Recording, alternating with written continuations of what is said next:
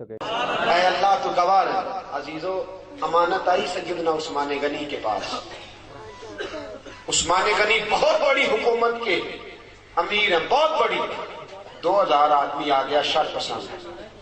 اس نے آ کے حضرت عثمان غنی کے گھر کا گھیرا چاروں طرف سے تنگ کر لیا۔ حضرت عثمان غنی سے انہوں نے مطالبات شروع کر دیے، شر پسند لوگ تھے۔ انہوں نے کہا کہ عثمان آپ خلافت چھوڑ دیں۔ حضرت عثمان غنی نے فرمایا کیسے چھوڑ دوں؟ میرے رسول پاک نے فرمایا تھا عثمان اللہ تجھے ایک قمیص پہنائے گا، لوگ اتارنا چاہیں گے پر کبھی نہ اتارنا۔ فرمایا حضور نے فرمایا تھا نہ چھوڑنا، میں کیسے چھوڑ دوں؟ چاروں طرف سے گھیرا انہوں نے ڈالا ہے مکان کا۔ امام حسین پہ 3 دن پانی بند ہوا ہے، حضرت عثمان غنی پہ 40 دن پانی بند رہا۔ 40 دن نہ کھانا کھایا نہ پانی پیا۔ لوگ کہنے لگے عثمان بھوک پیاس نہیں لگتی؟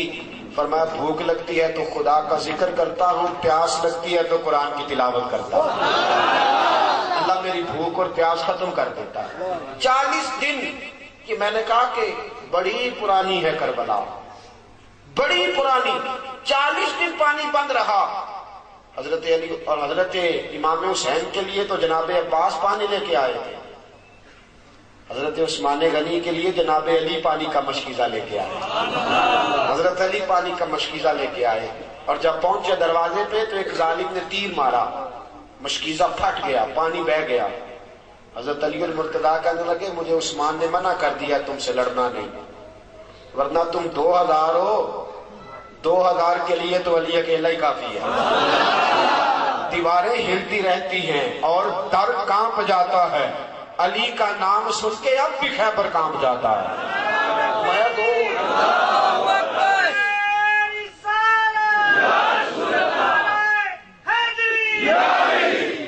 میرے عزیزو سنو، بات بڑی آگے بڑھ گئی۔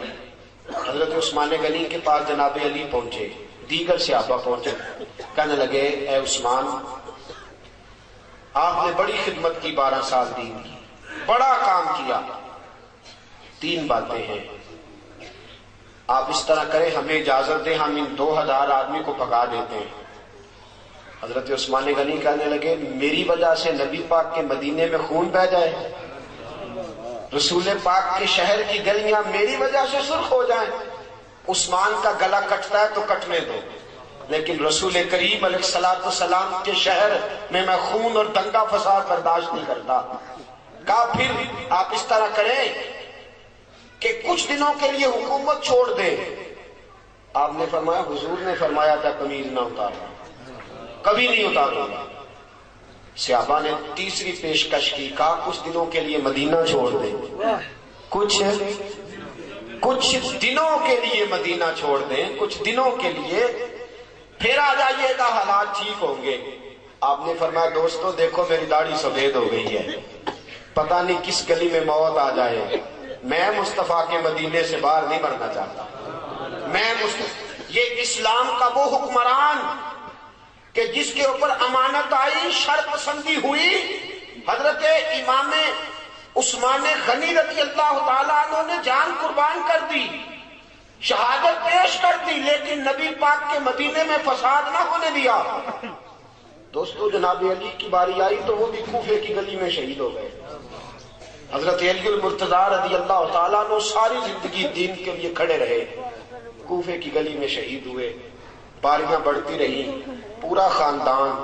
ایک وہ زمانہ بھی آیا کہ میرے رسول پاک نے فرمایا فاطمہ تیری باقی 3 بہنوں نے بھی بڑے دکھ اٹھائے ہیں۔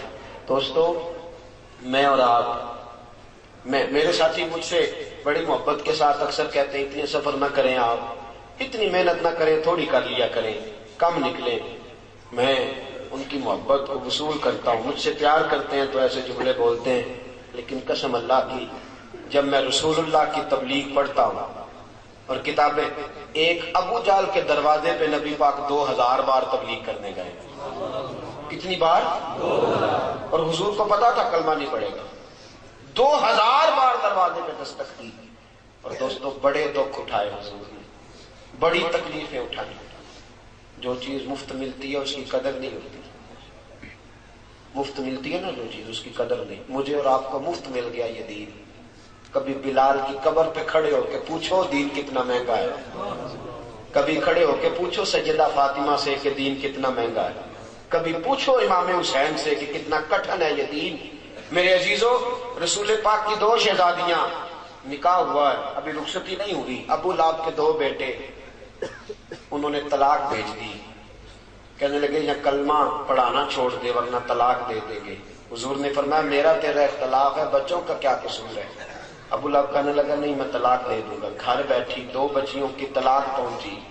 سیدہ خدیجہ فرماتی ہیں حضور بڑا روئے، اٹھے، بچیوں کے سر پہ ہاتھ رکھا، کہا بیٹا اپنے بابا کے دین کے کام میں ثابت قدم رہنا، اللہ تمہیں بڑی بہتر جزا دے گا.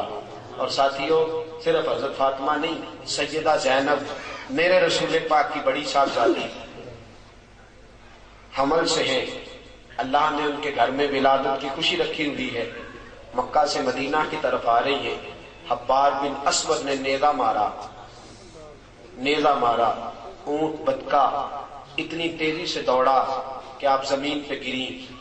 بچہ خون بن کے نکلا. حالات بگڑ گئے.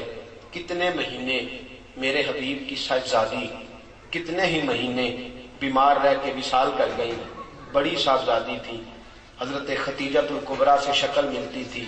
رسول پاک نے بڑے آنسو بہائے. کیسا یہ دین تھا اور کتنا حضور کو اس پودے سے پیار تھا. بیٹی کو شہید کرنے والا حبار بن اسود منہ پہ نقاب ڈال کے فتح مکہ کے بعد آیا. آگے کہنے لگا سونیا کوئی آپ کا بہت بڑا مجرم بھی کلمہ پڑھ لے تو اس کو بھی معاف کر دیتے ہو. رسول پاک نے فرمایا چہرے سے نقاب ہٹا، بیٹیوں کے قاتل کبھی بھولا نہیں کرتے.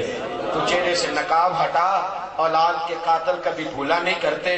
لیکن تو پڑھ لے کلمہ، مجھے سب سے زیادہ دین سے پیار ہے. اگر تو مسلمان ہو گیا تو میں تیری یہ خطا بھی معاف کرنے کو تیار ہوں.